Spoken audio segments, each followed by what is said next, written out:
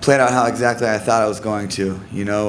Dominick's a great champion. He's arguably one of the best bantamweights to ever grace the octagon, and it was a pleasure going out there and testing my mettle. I had a lot of, what ifs, and I think I solved every one of them.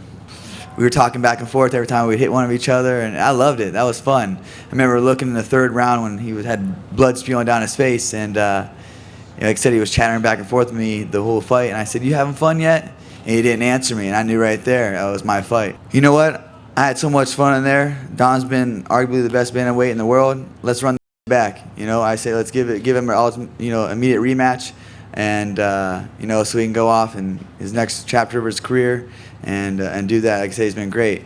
I would like to give Dominick Cruz a rematch, but it's ultimately up to UFC. But I'm the champion now. I'm the badass dude in my division, so I call the shots. Obviously, after the fight, you handed the belt to Maddox. I know that was a really special moment for you. We've talked about it numerous times. I mean, what was that like for you? Because, he walked you out for the fight with Henry Briones. Now, you said the next time he would walk you out would be for the title and you would hand him the championship. What was that moment like for you after all the years you spent with him?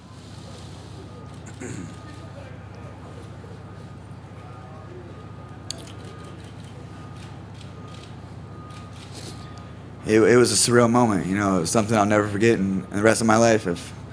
No matter what happens in my life, I'm very thankful for this kid. He came into my life on unfortunate circumstances, and for most of you who don't know, he's battling leukemia at the age of 5 years old, and from my hometown, and we met on those circumstances, but we made the best of it.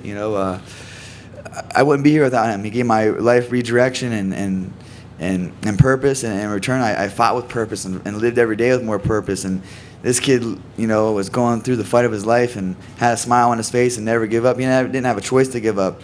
And the things that I was doing in my life, I was really pissing my life away. I could have gone down the wrong path, kept going down the wrong path, but I believe everything happens for a reason. And, as crazy as it might sound, but he was really a turning point in my life, finding him and I gained a little brother and watching him and the help that he helped me through my entire life with his battle. He doesn't even understand how much he's helped me, how much I push in practice when I get tired and feel like I can't go another round. That fourth and fifth round I remember I had his dad send me a picture of him laying on the hospital bed with his port put in his chest, and it was his early onset battle of leukemia, like his first few weeks, and just looked at it and looked at, how far he's came. And what's 10 more minutes, what's 10 more minutes for, to go out there and capture this for him. It wasn't just about me, it was my dream at a young age, but I met him and it became our dream, and it became our night, and now it's his night, and I'm forever grateful for everybody that's been a part of this journey with me, his family, himself, everybody that's had a helping hand to my success and to where I'm at right now. I'm very thankful. Props to the young coaches who were former fighters like Justin and Chris and Danny. And I'm wondering if you felt a responsibility not only for yourself and for Uriah and for Maddox, but this kind of validates them as a coaching staff as well, as great as you fought. If you feel like you did something big for them as well. It wasn't me that did something big for them. It's what they did for me. Every day, keeping on me, keeping me motivated, keeping me getting better each day, and I've stayed busy. So I had 4 fight camps, so I'm getting better each fight camp, and I'm a direct product of them.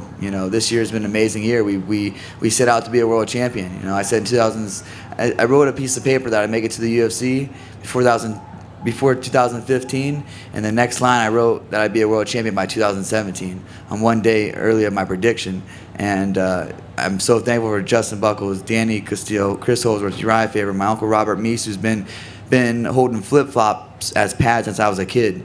And, it's amazing. We all came together and have a strong team. I wouldn't be here without them. And Dominick said that he's totally fine if Dillashaw fights you next. He would not stand in the way. And I think a lot of people would agree that Dillashaw would be next after Dominick. Do you have an issue with fighting Dillashaw? I'm the baddest dude in the world, so bring them all. Bring them all. I just beat the best in the world, so I already knew what I did to Dillashaw, and I was 1-0. I was green. I was getting my ears wet.